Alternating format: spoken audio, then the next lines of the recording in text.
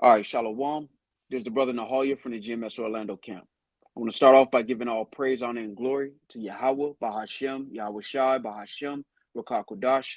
Double honors to the apostles and the elders of Great Millstone, who are the elders of Yasher Allah, and a sincere salutation to all you Akim, who are preaching this word and believing this word, and to the Akwath, who are believing this word in all truth and in sincerity. Yahweh is the name of the one they ignorantly call God. Yahweh Shai is the name of the one they ignorantly call Jesus. Bahashim is in the name. Rakah is spirit. Kodash is holy. Akyam is brothers. Akwath is sisters. Shalom means peace. And Yasher Allah is Israel in the ancient Paleo Hebrew. All right, this is, before I get to scripture, I want to get this clip first. All right, and you can see the title, The Serpent and the Woman. And this lesson is inspired by this clip from this video, this Nick Cannon podcast with this Dr. Cheyenne Bryant. She made a statement, all right, in this clip, and I want to get into it through the spirit and power of Yahweh Shema Shah. So without further ado, I'm going to play this, all right, and then we'll get some scriptures. Lord willing, this be edifying. All right, let's do this. But I want to hit on I want to go back to me personally as a Black woman, then I'll go to the umbrella. As president of NAACP, when I walk in the boardroom with our chief of police of Los Angeles Police Department, I'm highly respected by him. When I'm working next to our elected officials, our state senators, our city councilman, our mayor, who is now a Black woman, I'm highly respected. When I call their office to call a meeting because we need something in our community, my call is a high priority and it's highly respected. Our chief of police is a white man, Michael Moore, who's retiring. I'm highly respected by him. We have a great relationship. And so what I'm saying is that whether it's a white man, a Black man, a man of color, a Black woman, a white woman, a woman of color, for my experience, I have not been disrespected. Have I had some, fall-ins? Of course, that's life. As a blanket, when we talk about Black women in general being, for one, we're not the lowest on the totem pole. If you want to know how it goes, I can tell you, and y'all can Google this, but it goes white men, just so you know, it goes Black women, then it goes Black men, and then it goes white women when it comes to the societal respect of the totem pole. Y'all can Google it. So and we're not many others as well. All right, now when you try to look this stat up, I didn't find it. Maybe somebody else could find it, but I couldn't find this stat concerning societal respect, whatever that category is, and how this is determined. All right, but I want to go into a lesson on this concerning the mindset behind this. All right, because it ultimately goes back to the scriptures. All right, because in this society, Eve has basically been convinced that she doesn't need her man. All right. And Esau has done a great job of using and utilizing her, whether it's government assistance programs and now the job market, all right, to basically weaponize Eve in a way where she doesn't need her man, or she feels like she doesn't need her man. And this is ultimately going to come back to bite her in the ass in the end. Now, are there elect women? Of course. This isn't for the elect women of the nation of Israel, which consists of Negroes, Latinos, Native Americans, West Indians, and Haitians. But the majority of our women have been seduced by the fruit. All right, they've been seduced by the serpent. All right, this is why she made a point to talk about Esau, the so-called white man, one, and her being number two, above the so-called white woman. All right, so let's go into the scriptures before we continue. This is Genesis 3:1. Now the serpent was more subtle than any beast of the field, which the Lord Yahweh Shema Shai had made. And he said unto the woman, Yea, hath the Most High said, Ye shall not eat of every tree of the garden. And the woman said unto the serpent, We may eat of the fruit of the trees of the garden, but of the fruit of the tree which is in the midst of the garden, the Most High hath said, Ye shall not eat of it, neither shall ye touch it, lest ye die. And the serpent said unto the woman, Ye shall not surely die. For the Most High doth know that in the day ye eat thereof, then your eyes shall be opened, and ye shall be as gods, knowing good and evil. And the woman saw that the tree was good for food, and that it was pleasant to the eyes, and a tree to be desired to make one wise. She took of the fruit thereof and did eat, and gave also unto her husband with her, and he did eat. Now, this fruit is a philosophy, all right? It's not literal fruit, all right? And to land back that point, this is Job chapter 12 and 11. And it reads, doth not the ear try words and the mouth taste his meat? All right. And this is a metaphor to show you that the fruit that we see in Genesis, the third chapter, all right, is not talking about literal fruit. All right. And this is why she said that it was desired and it would make one wise. All right. Because again, when you really deal with part of the philosophy that Eve was given during this time was the what she thought was an opportunity to rule over her husband. All right. And this is why when you jump down to the punishment, all right, this is what it says to Eve. All right, Genesis 3 and 16. Unto the woman he said, I will greatly multiply thy sorrow and thy conception. In sorrow thou shalt bring forth children, and thy desire shall be to thy husband, and he shall rule over thee. Now, when you get this in the NLT, it says this. Then he said to the woman, I will sharpen the pain of your pregnancy, and in pain you will give birth, and you will desire to control your husband, but he will rule over you. All right, so this goes back to what she initially wanted. All right, when she saw this fruit, part of it was the opportunity to rule over her man. All right, and now as we fast forward into 2024, you see this playing out in a new form. All right, through this knowledge increasing and this society becoming modernized, it's still the same philosophy, and Eve has been seduced by it. All right, and this is why there's this idea that so-called black women in particular, all right, have progressed, all right, above their own community. And in actuality, what has happened is the majority of them have sold out their own community for their own welfare. All right, the government has incentivized homes being broken. All right, and is incentivized basically ruling over the man through the government, through this society. She can call the cops, she can put him on child support, even if it's not his child.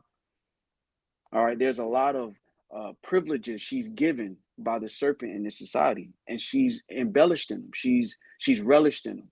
All right, and 2/3 of our women, their head has been lifted up because of it. But when this society falls, she's going to be left to her own devices. All right, so now we got this part.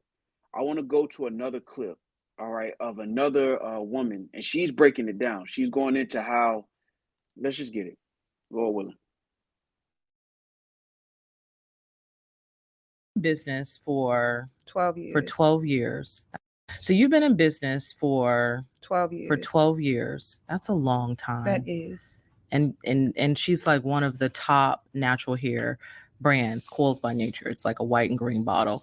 But anyway, when it comes to other entrepreneurial women, what's going on with women? Why do you think women entrepreneurs are like we're winning? Like there's so many of us. Why do you think that is?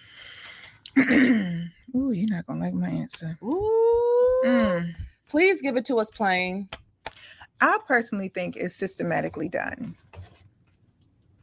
I think it's systematically done. Okay, so I know I'm gonna get a lot of flack, but girl, Just start from the beginning. I really believe that, our culture, African Americans living in the United States, we're traumatized. We're a traumatized culture, right? Because of where we came from. Slavery, Jim Crow, systematic racism, all of that stuff, right? So one thing that they did during slavery is that they made sure to emasculate the man, right? And then make the woman powerful, right? And the reason why they made the woman powerful is because we birthed the babies, right? And we are the primary caretakers of the babies.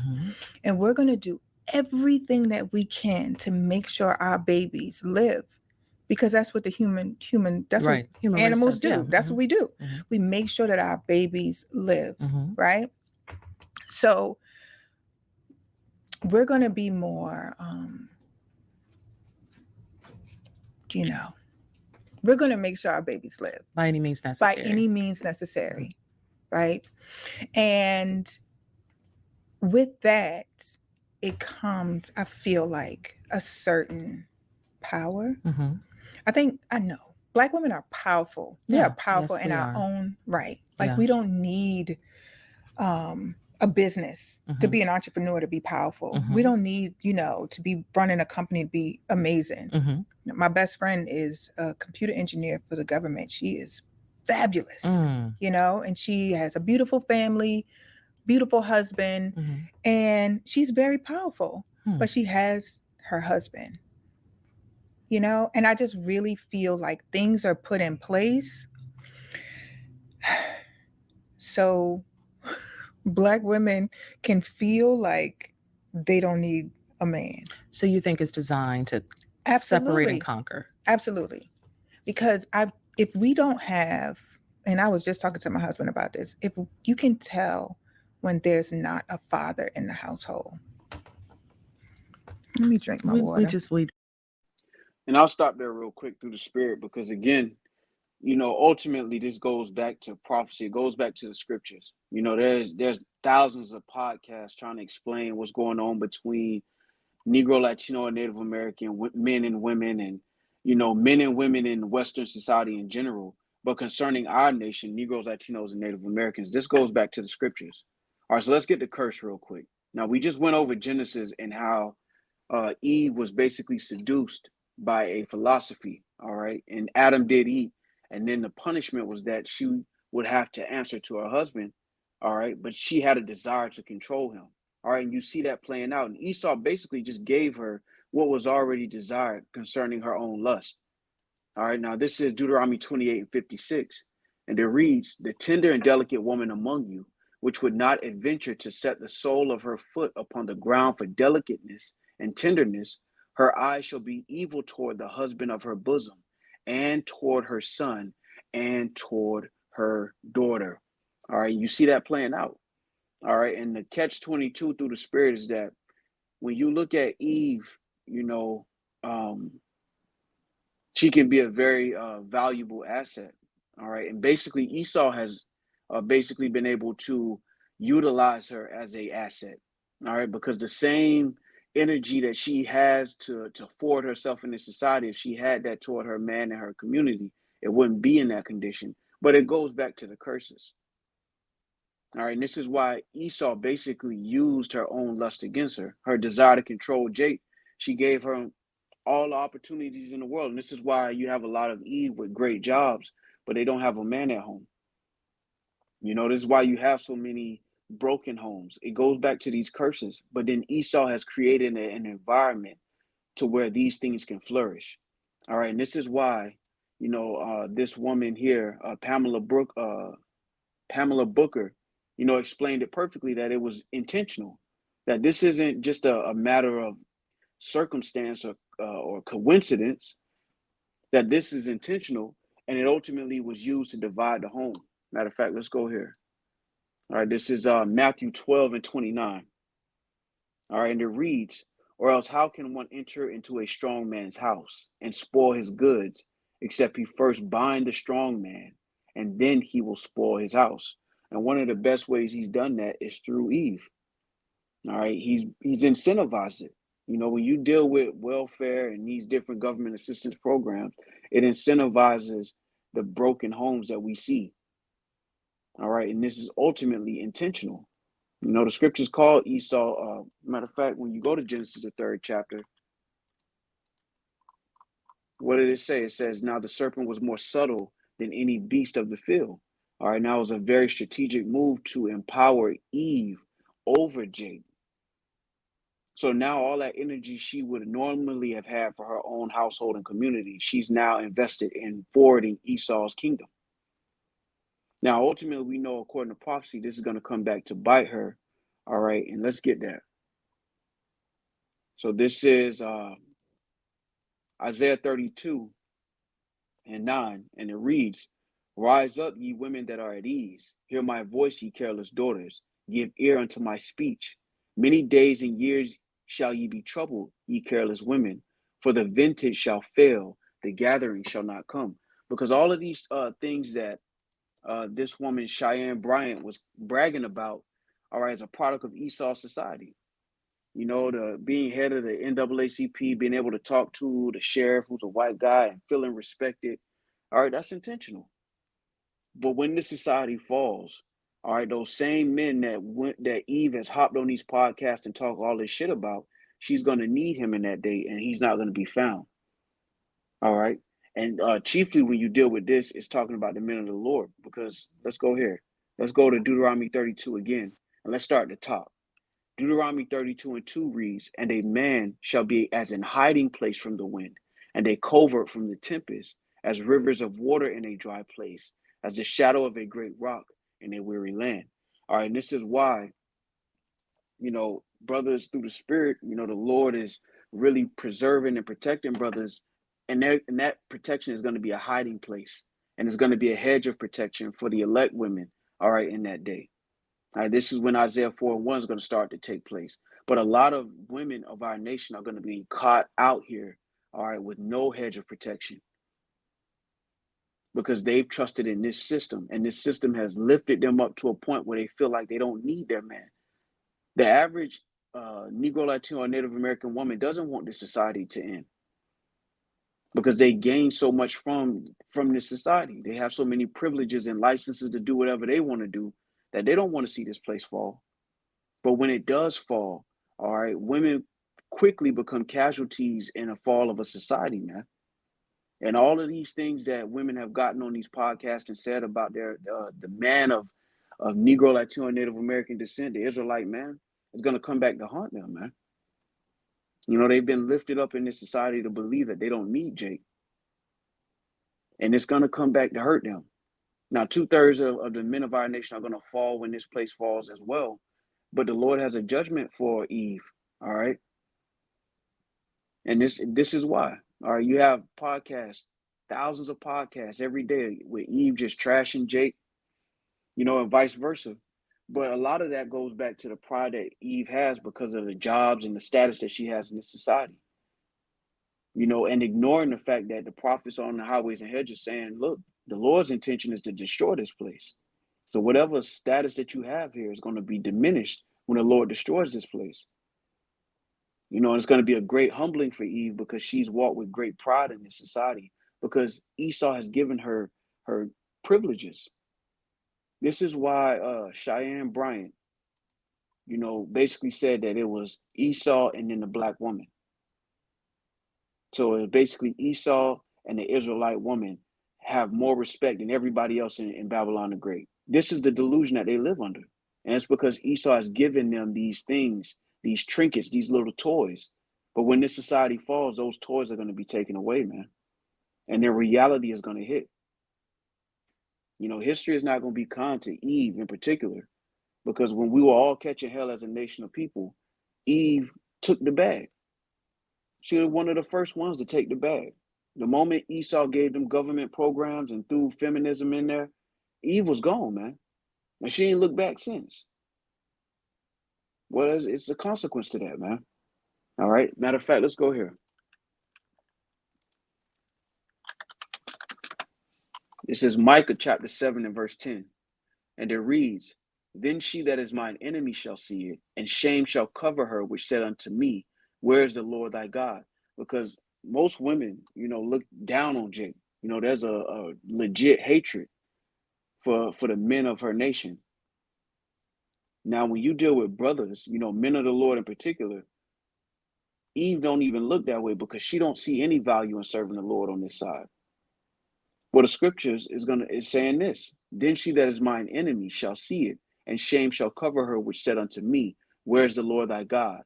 Mine eyes shall behold her. Now shall she be trodden down as the mire of the streets." And see, it's no coincidence that you're starting to see more of these judgments coming down on Eve, because ultimately she's walked with great pride in this society. Even the ones who aren't on this so-called successful level, like a Cheyenne Bryant, the privileges that they have in Babylon the Great, which is America, has puffed their head up to basically be used as a weapon against Jake. All right, but ultimately the Lord's going to judge her for that. All right, let's continue a little bit more on the other clip that I had. Yeah. Do we need to drink on that? Because you're right, we can tell. You can tell. My son plays basketball. He's 15 years old. So I've been dealing with parents, single parent. I was a single parent with my Mhm. oldest son. And you can really tell when the dads are not in the household. It's just the kids carry themselves Mhm. a different way. Mhm. And you can see that they're lacking something. Ooh. I'm telling you. Ooh. You can see that they're lacking something, Wow. especially the boys. Mhm. So I just believe that, like, this narrative about being this independent Black woman, Mhm. because you never hear another race say that. I don't hear no Never. white woman saying I'm an independent white woman. I'm They an do that at. independent Mexican woman. I'm like what? Yeah, they're more like Poppy. Right. Yeah. You know, and I think we need to get rid of that narrative Mhm. because it shouldn't be one person over the other. Yeah. You should be working Together. together Yeah. to build. Yeah.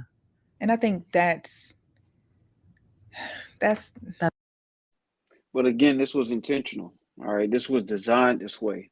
All right. And now we're at the end of this society. You know, through the spirit and power of Yahweh Shema Shah, the Lord is closing the chapter on Babylon the Great. You know, and it's a gradual, but it's a steady fall. All right. And Eve doesn't recognize what's happening around her. All of these titles that they relish in. All right. When a society like this falls, none of that matters. Nobody cares where you work at. Nobody cares what kind of job you have. All right. And you know, you have a lot of the men of our nation, all right, who are so fascinated with trying to chase the bag in this society that they don't realize what's going on. See, while our people are having this conversation right now, the Lord is destroying this place, man, in real time. While they're trying to figure out who's going 50-50 and who should take the bill and, you know, the requirements to date you and this and that, the Lord is moving in the earth. And it's going to catch most of our people like a thief in the night because they're so fixated in this place, they don't realize it's sinking. And chiefly Eve, man, all right, because she's been living carelessly in this society. All right, a lot of them are sustaining themselves off of debt. You know, the most educated demographic when you deal with Black women, that comes with a lot of debt. You know, a lot of women are surviving off of debt. They're in homes that they can't afford. They're in apartments that they can't afford. And it's all for the sake of having a bragging right of competing with her man. All right. As a matter of fact, let's go back to this conversation right here. We're not the lowest on the totem pole. If you want to know how it goes, I can tell you, and y'all can Google this. But it goes white men, just so you know. It goes Black women, then it goes Black men, and then it goes white women. When it comes to the societal respect of the totem pole, y'all can Google it. So and we're then not many others as well. many others. But we're just Right, talking but we're not about at the in the bottom. hierarchy But of America. what happens is, within the Black community, the Black woman is the least respected. Within the world, we are not. And so when we dissipate it to the Black community, and a Black woman allows herself to embody the respect, or the disrespect, I should say, that she's felt from her counterpartner, Black man, not all, Black man or brother, then yeah, she may feel like she's inferior or she's not respected. But if she goes into this big, beautiful world where they would rather hire us than hire you guys, where we are taking over politics, where we are women who are rising in our social class. We are women who are homeowners before Black men are homeowners. This is not a competition thing. We're just speaking. Now, she tried to use the caveat that it's not a competition, but this is the mind of a lot of the women of our nation. All right. And she uses these statistics to prop Black women over Black men. All right. That whole narrative, the Israelite man and the Israelite woman, uh, one versus one. All right. And ultimately, it's going to destroy 2/3 of our people, chiefly Eve, man. You know, this whole time she's been in competition with her man, and this society is about to fall, man. Even now, you're starting to see statistics about, you know, the women becoming these homeowners. A lot of them are starting to get out of home ownership because they realize how hard it is to have a home as a single woman, as a woman with no man in the house. These are realities, man. But Eve is so fixated on the power and seduced by the power, just like the serpent beguiled Eve, that she doesn't realize that it's to her own detriment. And for most of the women of our nation, it's going to be too late. All right, now let's go here to Isaiah, the 32nd chapter, and I want to continue. This is verse 9. It says, Rise up, ye women that are at ease. Hear my voice, ye careless daughters. Give ear unto my speech. Many days and years shall ye be troubled, ye careless women. For the vintage shall fail, the gathering shall not come. Now, when you get this Hebrew word for vintage, it's batazar, all right, batazar or batazara, and it says vintage. When you go here to the Brown Driver Driggs lexicon, it says vintage. Now, when you jump down to the Chaldee, it says vintage, adjective, inaccessible, high. All right, so these trinkets that they've received have put them on this level where they think they, they high up, they protected.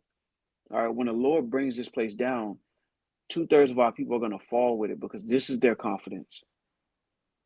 In Eve, it plays out differently. With Jake, it's just a get rich till you die or get rich or die trying mentality. Most Jakes just die trying to get rich. But then with Eve, it's a glory in the status that she has here. It's a glory in having a safety net through these government assistance programs. If the things that she has in the society doesn't work out, Jake don't have the same safety nets. So because of that, there's a lot of pride in 2/3 of our women, and ultimately it's going to come back to bite them in the ass, man. All right, let's continue in verse. Matter of fact, I want to get this. Let's get the etymology of vintage. Oh, you know what? Let's go here.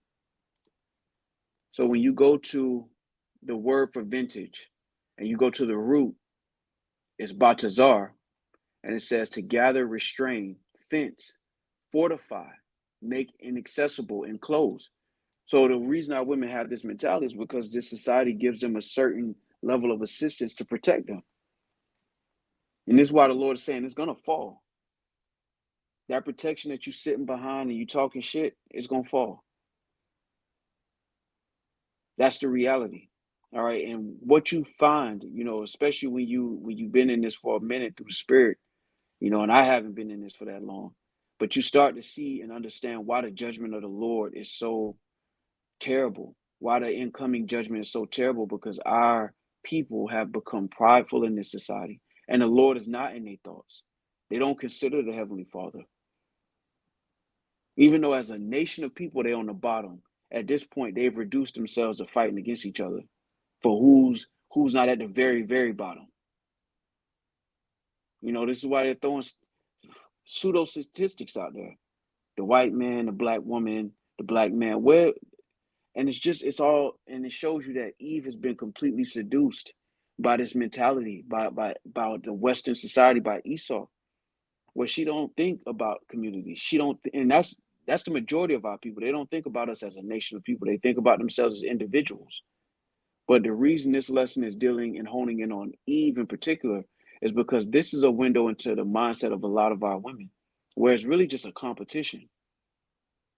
It's not about actually fixing these problems. And ultimately, it goes back to those curses. Matter of fact, let's read it one more time. Deuteronomy 28:56.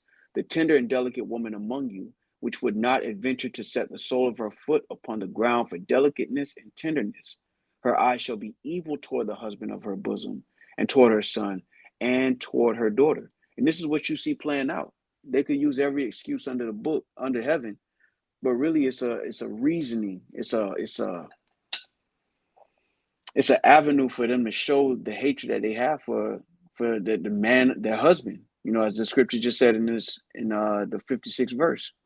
Now, when you get this in the NLT, it says, the most tender and delicate woman among you, so delicate she would not so much as touch the ground with her foot, will be selfish toward the husband she loves and toward her own son or daughter. All right. And when Esau set up those welfare programs, from then on, it was a wrap. And one thing that the other video, Pamela Booker touched on was that when you don't have a father in the household, there's a difference. And this is why even in the olden days, for survival as well, but it was more community based because they knew that it was better for a man to grow up or a child to grow up with a man in the household.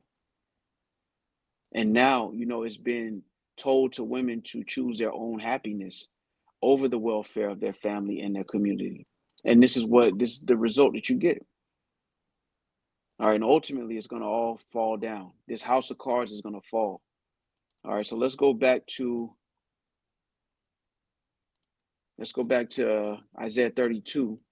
I'm going to continue at verse 11. It says, "Tremble, ye women that are at ease. Be troubled, ye careless ones. Strip you and make you bare, and gird sackcloth upon your loins. They shall lament for the teats, for the pleasant fields, for the fruitful vine. Upon the land of my people shall come up thorns and briars, yea, upon all the houses of joy and the joyous city." And you can easily see just the Lord cutting off the internet. Something as simple as that will really just destroy a lot of our people in particular, who have made their whole lives about social media and this mirage, this fake image that they put out on the internet. But all of this is going to fall, man. The vintage is going to fail, and Eve is going to be trodden underfoot, and she don't even see it, man. Now, again, we do have elect women amongst our nation, all right? And elect women are going to be saved. This isn't about the elect women, but this is a point of edification to show that you have a lot of our women who have this mentality. And this is why it's a losing battle out here, man. With a lot of our people in general, because they threw. The seed, the root of wickedness is taking root in them, man. The seed of wickedness is taking root. It's nothing that you can really do for 2/3 of our people. And their mind is seared with a hot iron, and this is just a part of it. Now, I want to get this in the NLT. This is Micah 7:10. And it reads, "Then my enemies will see that the Lord is on my side. They will be ashamed that they taunted me, saying, 'Where's the Lord, that God of yours?'" All right, now remember, when we read this in the KJV, it says, "She that is mine enemy." All right, because again, there's no desire to seek the Lord in this society concerning 2/3 of our people, and especially the women, because they live so comfortably here. So there's a mocking of the Heavenly Father and his judgment, which is going to come back to bite a lot of people in the ass, man. All right, so that's it. I just wanted to touch on those 2 points that were made in this video. There's probably going to be a lot of videos being done on this. Cheyenne Bryant, she said a few things on some other videos that Lord will not be able to touch on at some point.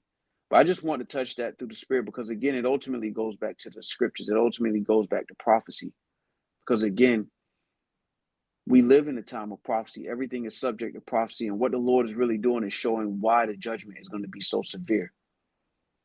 The internet is really a platform where you get to witness the folly of our people. Not just the ones that are in the hood doing a whole bunch of bullshit, excuse my French, but the ones who are so-called successful and the mindset that they have. The Lord has used the internet to really be a witness against them. Because you see what she's saying, and then you look at the scriptures and you see how we're all subject to prophecy, man. All right, so Lord willing, this be edifying with that. I'm going to give all praise, honor, and glory to Yahweh, Bahashem, Yahweh Shai, Bahashem, Rakah Kodash. Double honors to the apostles and the elders of Great Millstone, who are the elders of Yashar Allah, and a sincere salutation to all Yuakim, who are preaching this word and believing this word, to the Akwad, who are believing this word in all truth and in sincerity. Shalom.